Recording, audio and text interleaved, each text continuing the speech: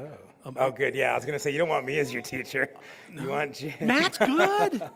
No, let's do I'm okay. Matt. I'm mediocre. Mediocre. Hi, everybody. Thank you for saying hi. I appreciate it. Thanks. Welcome to session 92. Hopefully you are in the right place. The session title is What the Military Can Teach Business About Improving Future Performance, and this is the After Action Review. So I'll let Jim kind of get into what this is about and what he's going to cover as a class. A couple things before I introduce Jim. Just basic common courtesy stuff, guys. Turn your phones off. Put them on silent. I get it. We're working. We've got jobs to do, and we've got calls that are probably going to come in. That's okay. Just take it outside. I don't need to hear your conversation about asphalt repaving. Or military action. So. Oh, wait a minute. What? So just keep that in mind. Please be courteous of those that are around you. We really appreciate you being here at the conference. So with that, introduce Jim Phillips. Jim is our supervisor for the customer relations team, as well as providing training and leadership development for the motor carrier division. I've had the privilege of getting to know Jim a lot better over the last 2 weeks. We did something with the motor carriers group, and it seems like since then we've seen each other about a dozen times. So I like Jim. He's a woo guy, and I'll turn the time over to him. Oh, make sure you sign the sheets that are going around. They're moving around, so make sure you get this. I do believe. This is not CE eligible, but Oh, it's not even close. So if you're here for credit, there's the door. Thank you, man. I appreciate the opportunity to be here. I'm a little surprised. Someone's asking for suggestions about classes. I sent about 9 of them as we were in the committee development meeting. They chose this one, and this is a fascinating subject, except that I'm not sure that we really are. Well, we're going to have some fun here. Let me tell you a story. Barbie calls Ken at work and says, Ken, when you're on your way home, I want you to stop and get a ham. Please come, bring it. We're going to have it for dinner. And so Ken stops by the store, picks up the ham, brings it home, and his wife immediately, some are nodding, you've heard this story before, you can sleep now. Ken watches his wife put the ham on the counter and cut about that much off. And he said, wait a minute, did you know how much that thing cost? And she said, well, was it expensive? Yes, it was expensive. What are you cutting the end off of it for? Because my mama did. Your mama's in the front room. She's here for dinner. We're going to sit down and talk. They go in and say, Mama, why do you cut the end off of that kind of an expensive ham before you put it in the pot and cook it? And she said, because my mama did.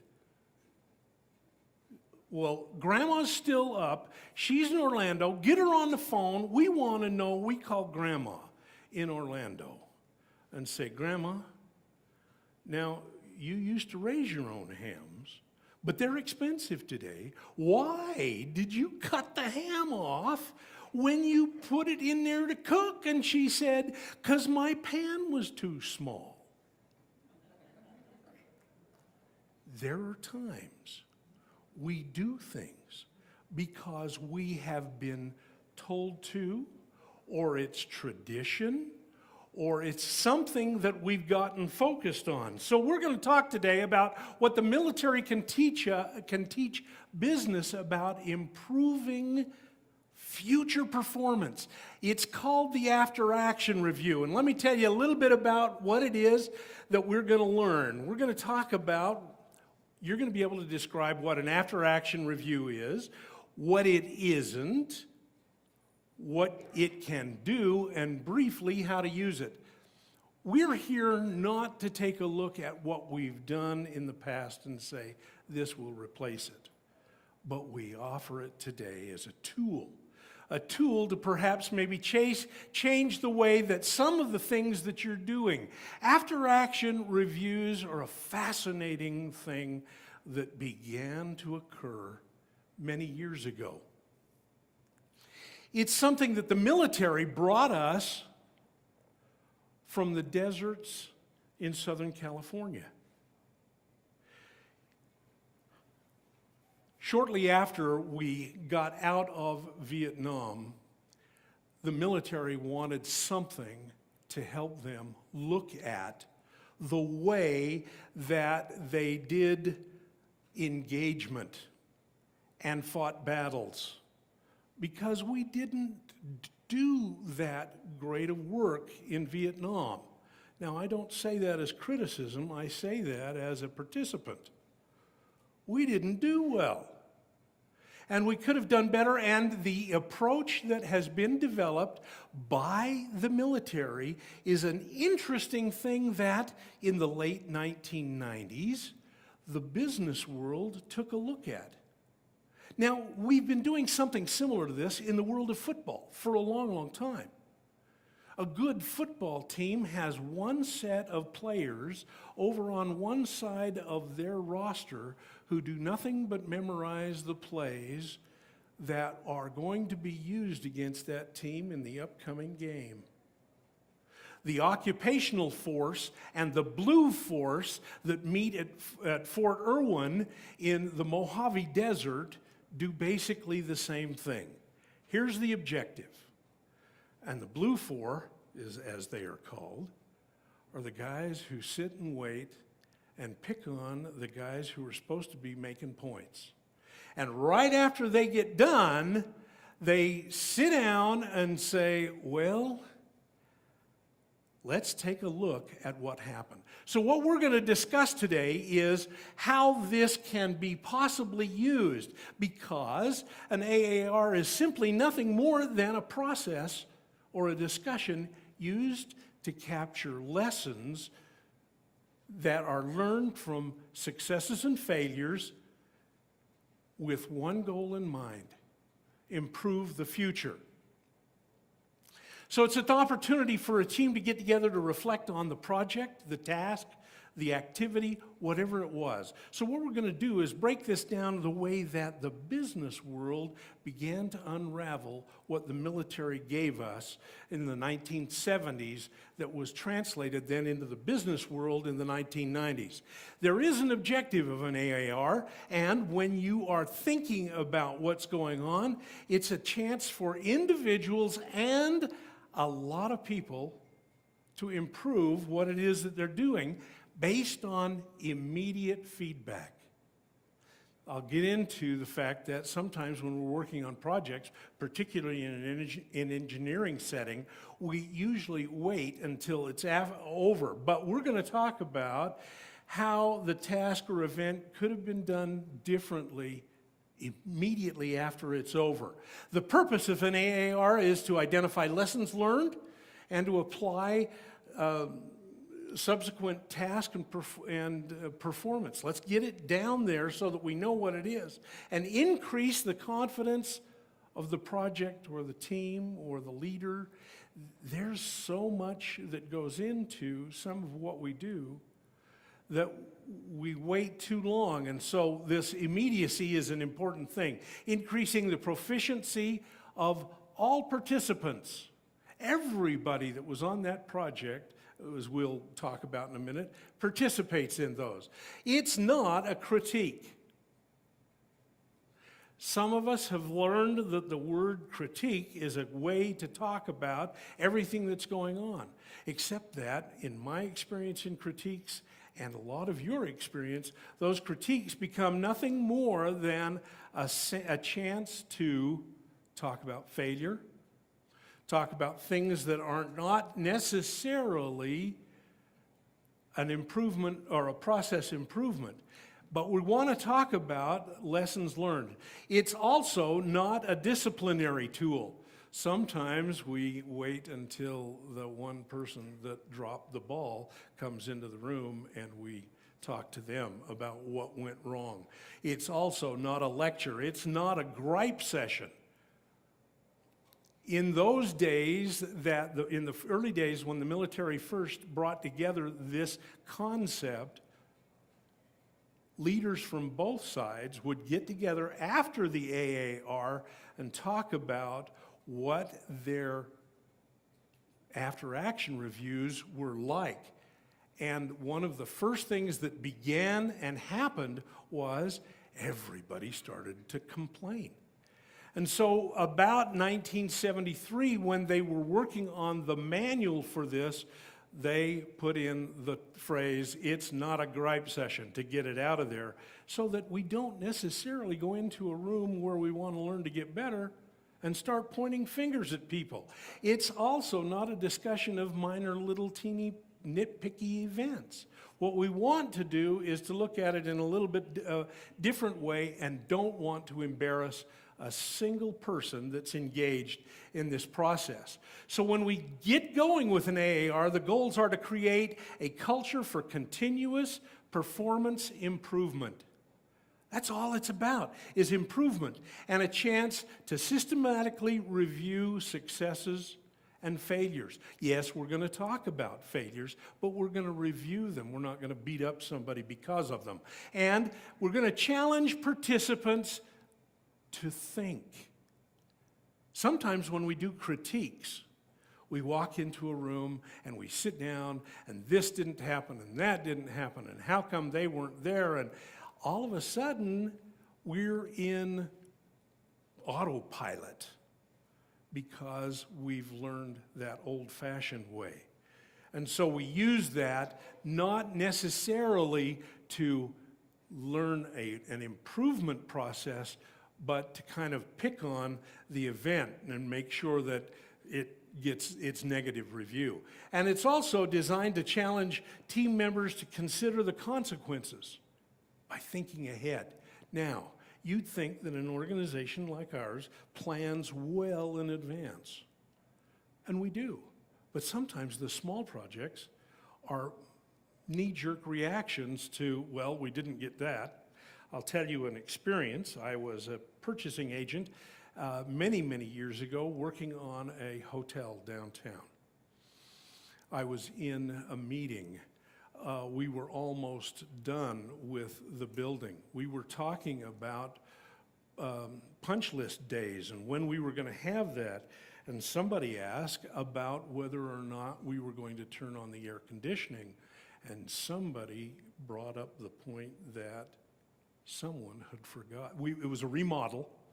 Someone had forgot to put new ducting in the system. So 2 months and $1.8 million later, when the ducting was in, we went back to that meeting and then began. Sometimes there are things along the way that need us to think a little bit further ahead than we normally do. So some of the key components when you're thinking about an AAR, and we'll talk about its applicability, some of them are, it is a meeting, a gathering of everybody that participated. Think of that picture of the military team that you saw. If you were packing a weapon and you were in that exercise, you were in that after-action review.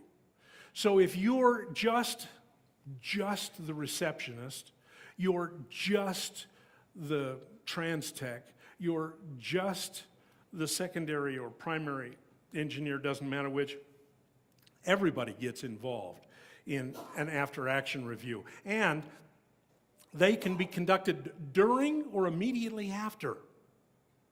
You can plan to take a look at what needs to be done in an after-action review and get everything from everybody right in the middle of it and focus on the participants, the leaders, and the teams that are brought in. We have consultants all over the place.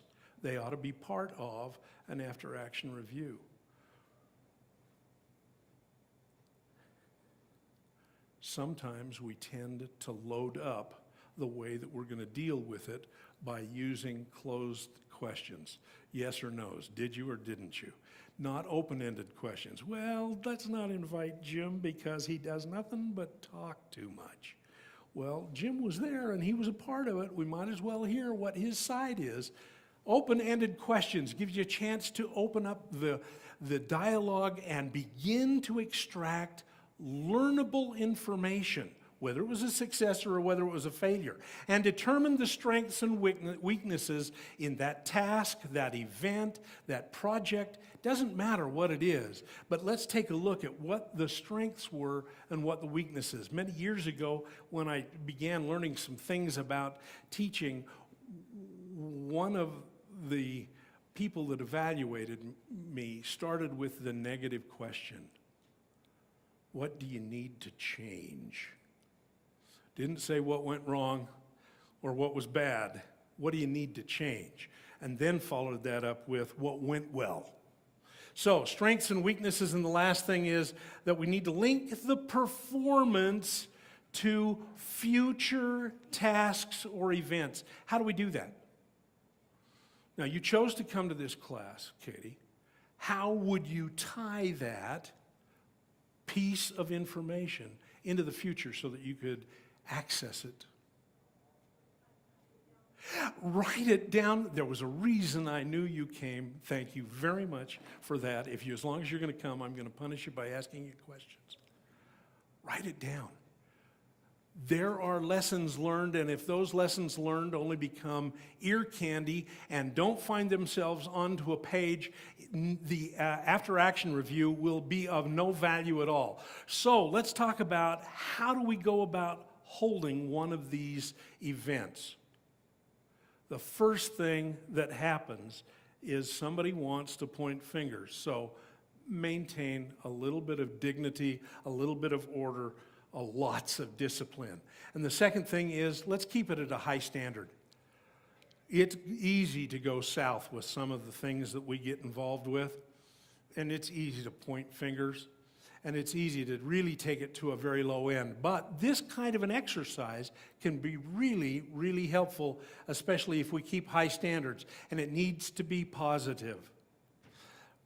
Positively, as I indicated a moment ago, positively pointed at what are you learning, what would you change, what needs to be different, even though those were negative occurrences. Make sure that your after-action reviews are positive. And it's got to be something that we avoid, and my children will attest that I can break into a lecture at just a quick question, and I'm into a lecture. In fact, my kids are now telling my grandkids, oh, don't ask your grandpa, he'll lecture you. So we've got to get rid of that. And we've got to put away the idea that what we're going to do is critique it. Again, in my definition of critique, it's something negative. It's something that's pointed, that's picking on somebody, criticizing or judging outside of the objective. What we want to do is learn from this after-action review. Let's not embarrass anybody, and it's a very bad thing if we start comparing. What we want is this event, this task, this project to teach us how we're going to get better. Not necessarily, was it any better, how was CORE compared with Levitt's Luge when we did that so many years ago? You don't want to do any of the comparing kinds of things. So there's a process that we'd like to talk about. Extremely simple. We've got an event or a project, and we're going to attack it. Notice the tie-in with the military thinking. We're going to 3 o'clock is a really lousy time. We should have had turkey, more tryptophan. Never mind. You should be up here and see what I'm seeing. One of the first things you do is ask this question: what did we intend to accomplish? Monstrous or little teeny, the project, the task, the event, doesn't matter. But that's the first question you ask when you're sitting down to have an after-action review. What did we intend to accomplish? Second question you want to ask: what did we do? Now's the place where we have invited everybody into the room, and now we're going to talk about every single person's contribution to that in a very specific way. What did we do? The third question we ask is, why did it happen that way? Notice that's not negative. Why did it happen that way? Now, there may be negative outcomes.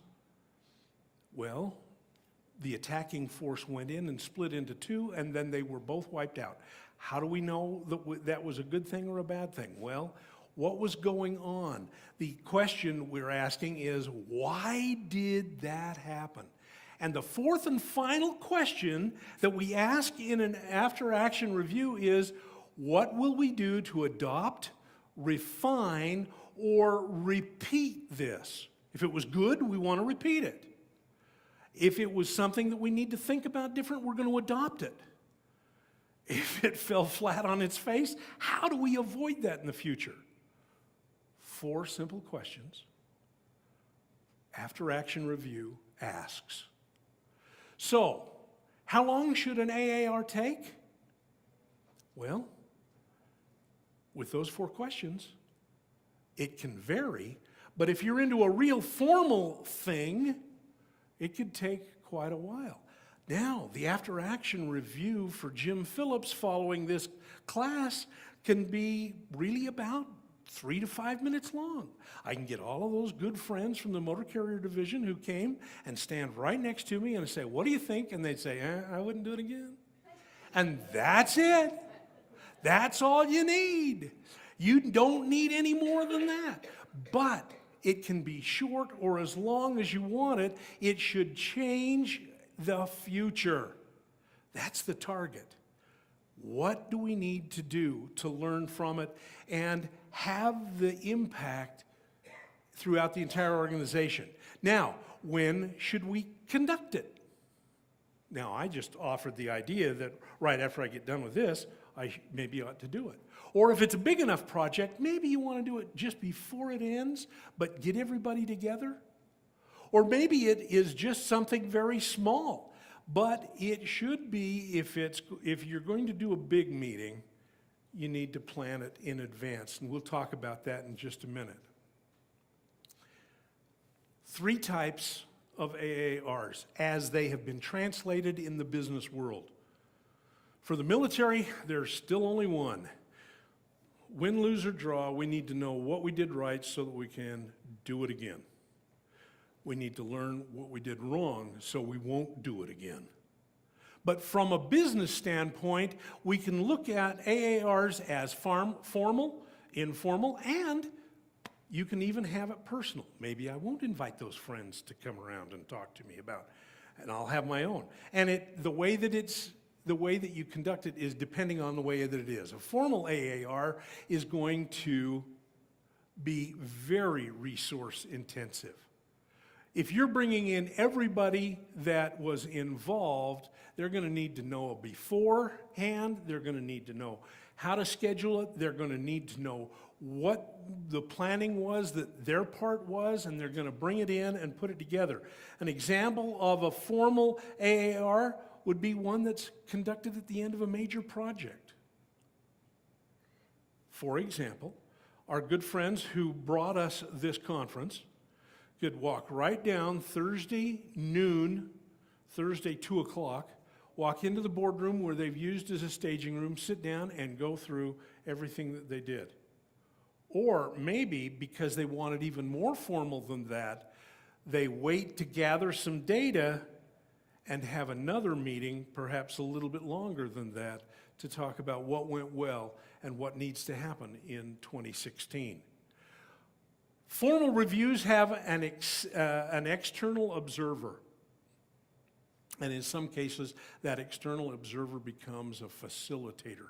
They sit down and ask those open-ended questions of everybody in the room.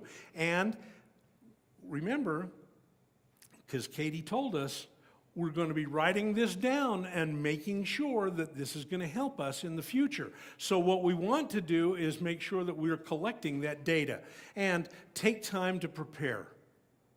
Take time to prepare and take the time to conduct it, and make sure that you've invited a lot of people and you've scheduled that beforehand. And lastly,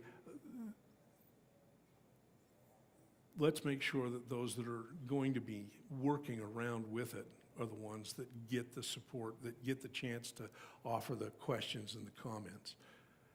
An informal AAR, described by my inviting my good friends at the Motor Carrier Division up to tell me not to do this again, is what we want. We don't need a lot of planning, a lot of preparation. You don't need to bring the tomatoes to throw. We can do it at the spur of the moment. It's something that would happen in a much smaller event. Maybe, now from my old days in the world of purchasing, maybe we are looking at a contract issue and there's a couple of purchasing agents working on that, and we have an after-action review just after the salesperson leaves to see what we ought to be doing different. Something very, very basic and fairly easy. After our informal reviews are conducted by virtually anybody. You don't necessarily need to facilitate it or to have anybody conducting it. It doesn't take a lot of time to prepare. It doesn't take a lot of time to hold it, as well as the fact that you need to take you conduct it as you need it, and it can be held anywhere, and it can be held at any time, right at the site of the task or the event. And you can, now, the next thing is that the business world adopted was, what about personal AARs? All of us have things that we do. Here's a task, this is a job, this is an assignment, this is a project. And when that ends, have you ever thought about sitting with yourself and then reviewing it?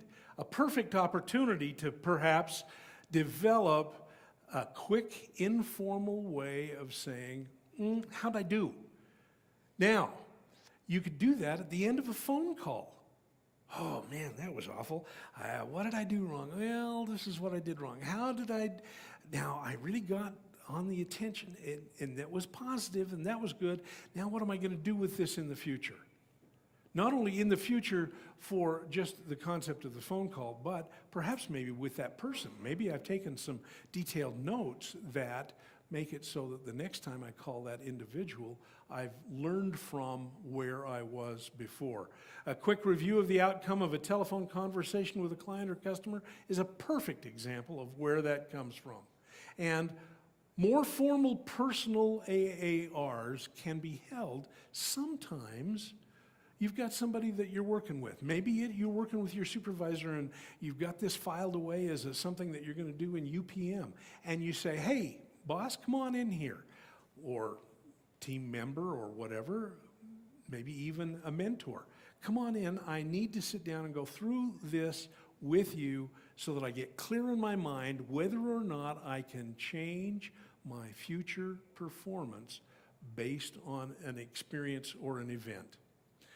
Well, there's a process that goes.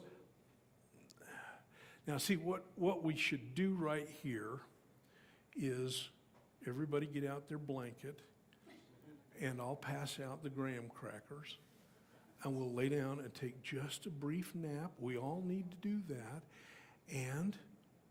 or we get done early. Now, all those in favor of getting done early, raise your hand. Thanks, Jake. God. Man, down by my own folks. All right, let's talk about that process again. What do we got? We got 4 questions. First, what did we intend to accomplish? Second, what did we do? Why did it happen that way? And lastly, what will we do to adopt, refine, or repeat this? 4 questions. Very, very simple. Whether we're in a formal setting, whether we're in an informal setting, or whether we're working with ourselves personally right at our desk. 4 questions to ask to get an after-action review. Now, let's do a comparative. Hate these. I told you we're not supposed to do comparisons, but we're going to do a comparison between a critique and an AAR. Participation. Critiques usually are involving pretty passive people who come in and listen to the nice things about what happened to the project. AARs are supposed to have active members. These are the folks who were right out there where it was happening, when it was happening, and they're going to tell you, this is what happened at my place. And this one over here is going to tell you, this is what happened when I was over there. And when I looked over their shoulder, this is what was going on. So it's very active members. The communication sometimes in a critique is pretty one way. It's usually from the inside out. Here's what, if I want your opinion, I'll give it to you. And then this is where we're going. AARs are open-ended. Anybody in that group called for that meeting based on their event, based on that event, they have something to say and they have something to make it better in the future. The atmosphere in a critique tends so much to be defensive because the end result usually is finger pointing. This is what you need to do or do different. In an AAR, we're open for suggestions. Look at that, I'm getting gun happy. Go back, thank you. We want to be open for suggestions. The reason that we want to is we want to change our processes. We want to change them sufficiently well enough so that we never do the bad stuff or the negative stuff or the stuff that doesn't work again. Now, we also want to make sure that the topic is fairly open. We sometimes, in a critique, take a look at what were the errors committed, and we get out our list and we start checking them off and checking them off. And yet, in an AAR, what I hope you will be doing if you ever decide to use this is, let's take a look at the sequence of events. When we started here, we went there. What happened? When we started here and then we went from there to here, what happened? And you continue to take a look at what those events were. The learning style, and this is a very unusual thing when we're talking about critiques, we haven't ever really approached them as the fact that we're learning anything from them. In a critique, we usually lecture. This is what's going on, this is where it is. That's what makes it a closed kind of a setting. Yet what we're trying to do with an AAR is, what happened? From, again, those 4 questions, 4 simple questions. What are we supposed to be learning from this? What are we going to do in the future? And the information source so often in a critique is subjective. We love data. Data is king. And as a result, we bring 472,000 pounds of data. Who remembers Blue Line reports? Yeah, you're all too young. They were that wide, and they were ran off on a daisy wheel printer, and you could hear them whizzing and whirring, and usually when you got a stack of them, they were that long, and you could go through pages and pages of data, and yet all we're trying to do is get to an objective performance indicator. Here's what happened. This is why it happened. This is what we were looking for in the beginning. This is what we're doing. Those lessons learned give us the lessons for the future. So when we take a look at that process and we take a look at that event, the first thing we ask is, what did we intend to do? The second is, what happened? What did we do? Is there a gap? Do we need to do a gap analysis? We love doing gap analysis, but we figure it out so that when we come to ask what did it happen, why did it happen that way, we can answer those questions and then finally decide, do we keep it or do we do it different next time? Let's consider some key points as we wrap up. You didn't think you were going to get an hour for a half an hour, but I'm going to give you some extra time. The first thing is we're going to conduct it immediately, right after the event. In fact, in a real formal event, maybe we've scheduled it to be just before we finish. The next thing we're going to do is we're going to focus on the objectives of that project, that event, that task, whatever it was, no matter how big or how small, our focus is what were those objectives? And we're going to ask 4 questions. We focus on the individuals, the leaders, and the team. We're not focusing on the failure. We're not focusing on whether or not it rained. We're not focusing on whether or not the contractor stiffed us some way or another. We're focused on what are the people learning, because the people are the ones that are about to go out on the next project or task. Where possible, facilitate an after-action review. Have somebody else come in and ask those open-ended questions. Now, if that's not possible and all you're doing is just getting together, chit-chatting, and unfolding the answers to those 4 questions, then you don't necessarily need that. But sometimes that facilitator can help you avoid asking those really difficult, nasty, judgmental kinds of questions and get you around that part of the process. Observe events. One of the things that we do sometimes is we put it in autopilot and we just go off and go do it. Enjoy the trip.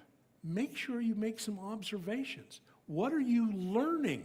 Sometimes, once we've got our degrees or once we've got our jobs locked in, that was the last time we thought about improving what we do. So observe the events. Involve everyone that is anywhere related in any way to that project, that task, that event in an AAR. Get them around the table, get them around the room, get them out next to the personnel carrier. Whatever it is, you get them out there and say, all right, let's take it together and talk about it, and keep it a very open climate. It's so easy in today's negative world to slam it closed and not to necessarily value everyone's comments. Let's make sure that we keep it an open place, and let's link it to the future.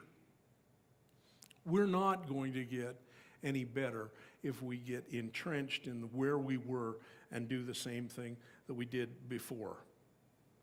And finally, thank you, Katie. Record everything that you're looking at.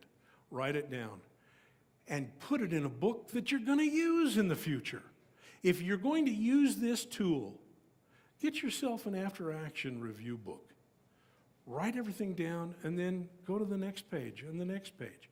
One of the things that I absolutely love about working with computer developers, or developers in the computer world, is that they carry one book. It's all right there, and they write it down. You say, well, we ought to have it do this, they write that down. Well, it ought not to work this way, and they write that down. And when you ask them 2 or 3 or 4 meetings from now, they run right back to that page and say, well, yeah, but you said you didn't need it. We need to do the same thing so that we learn to ask at those events those 4 questions. Your turn. To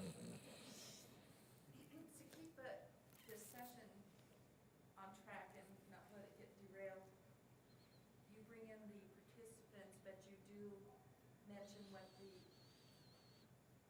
event was or problem was. Oh, definitely. And then you pull up the 5 questions or the 4 questions to keep it on. And really, if you're going to use this is going to take some getting used to. To absolutely attack this issue and keep it positive, and the fact that what we want to do is learn. When you bring in those people, they'll kind of go, is this the principal's office? What are we doing here? Because it's a scary thought to be brought in to assess, evaluate, and give feelings about the event that just happened. That's not always that usual. So I would tell them in advance, especially if you're going to use it, tell them in advance. We're going to do an after-action review when this is, so keep notes of what's going on. Observe everything that's going on. Good question, thank you. Yes, sir. Please comment. In the military, started with the squads, then moved to platoon, then moved to company, then up. But the AAR, the people that were in the squad reported, then they moved up. If it's big enough, I agree with you. If you did a battalion, you'd be inundated with thousands of people and it would be really dumb. So yes, if you are dealing with a great, big, huge number of people, take a look at that piece that they own. Have them talk about it, send their leader to the next level.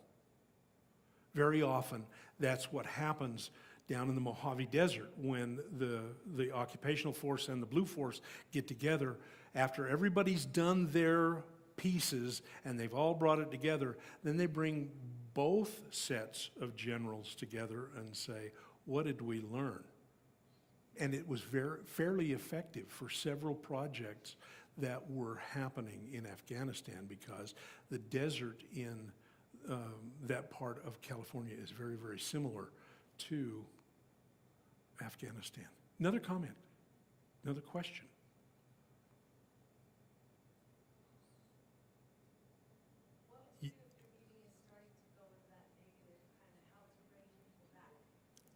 Good question, because it typically will happen. Are those, what kind of lip? Oh, okay, orange. There is such a tendency among most of us as human beings to take it to the what went wrong, and that's the first and biggest question, and we want to answer it. And not only do we want to answer that question, but after we've asked what went wrong, what is the next question that we ask? Who was in charge of it? And we want somebody hung by about 20 after 5. It very well could be. It very well could be. We need to find a different way to approach things, and in my opinion, the business shift of an after-action report is a perfect way to do that, because first, everybody gets a list of the rules before we sit down at the table. Bring them in. Here's what we're going to do. This is what we're going to accomplish. We're going to answer these 4 questions, but nobody gets to pick on anybody else. Well, all we want to do, what's the objective? So that we get better in the future, and we can't get better in the future if we spend so much time mired down in the muck of the past and what was negative. Very good question. Very good question. Yes, ma'am.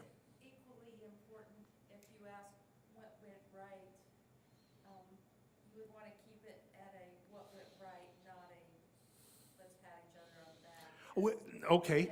Okay, so that the opposite can happen. We can get so excited that we have the Challenger and O-rings happen. We get caught up in groupthink.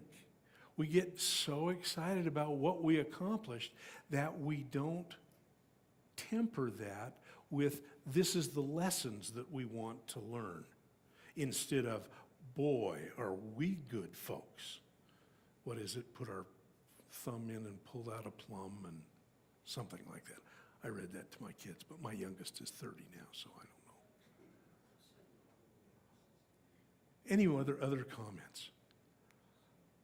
It's been good to have you here. I've noticed a couple of heads nodding. In agreement, I hope. If you have no more questions, what I would like to suggest, that if you saw this as a possible tool that you want, I would be willing to share with you all of the materials that I drug out off of the internet. You know, that's where we all go for that. And send that and the slides to you, so that if you want to improve on it and make it better and give this class next year, you can. So just send me an email and ask for it, and I'll send it all to you. All right? Thank you very much for being here. Spend those extra minutes wisely.